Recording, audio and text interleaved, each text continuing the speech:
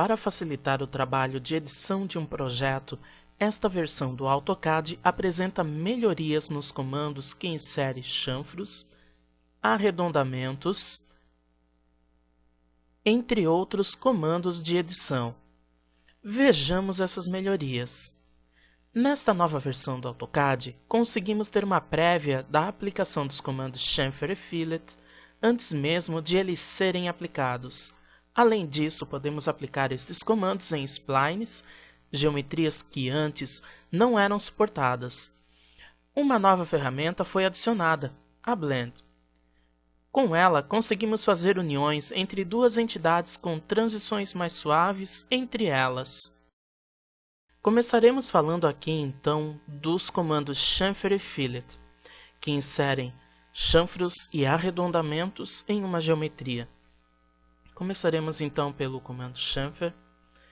Vou ativar ele aqui, definir uma distância de chanfro, no caso entre a distância 1 e 2, vou definir aqui 300 para a distância 1, a mesma para a distância 2, vou selecionar uma das arestas e veja que ao mover para a outra aresta, eu já consigo visualizar a prévia de como ficará o resultado final.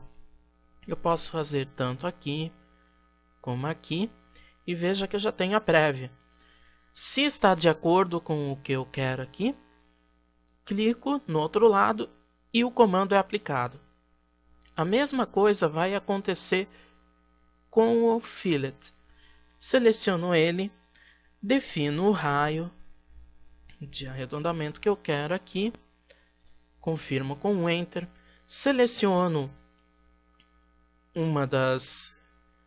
um dos lados do polígono que eu vou aplicar o arredondamento e movo o cursor para o outro lado. Veja que também a prévia é exibida.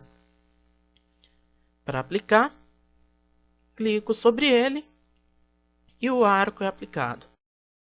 Agora vou tratar de um comando novo no AutoCAD, que é o Blend, que ele vai permitir inserir transições suaves entre elementos que estão separados a uma certa distância entre eles. Vou mostrar isso aqui na prática agora com esses conjuntos aqui de linhas separados entre si. Vou então ativar o comando Blend, que está no mesmo grupo dos comandos Fillet e Chamfer.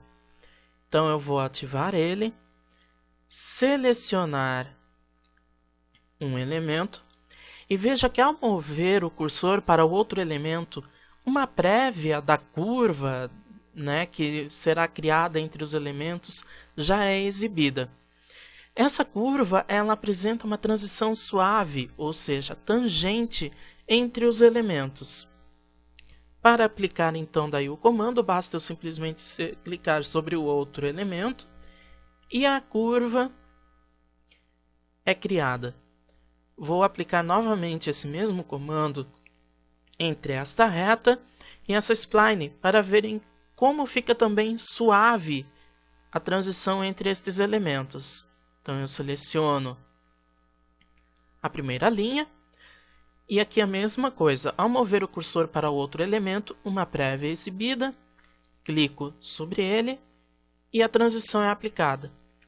Veja que as transições entre todos os elementos ficam suaves, não dá para observar bem a transição, o ponto de transição entre todos os elementos. Por fim, vou falar do comando Join, que realiza a união de diversos elementos em um só, criando uma polyline. Antes da versão 2012 ou até a versão 2011, como isso era feito? Primeiramente selecionávamos uma unidade, uma entidade, aqui no caso vamos pôr essa linha. Escolheríamos uma opção para unir todos os elementos, selecionaríamos os outros elementos do desenho e confirmávamos com Enter, para assim unir todos os elementos. Agora isso não é mais necessário.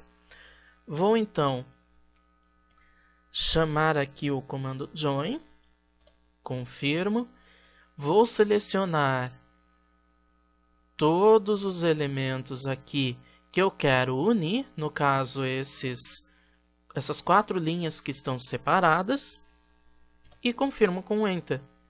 Podemos observar agora que todas aquelas linhas que eram separadas se tornaram uma só polyline.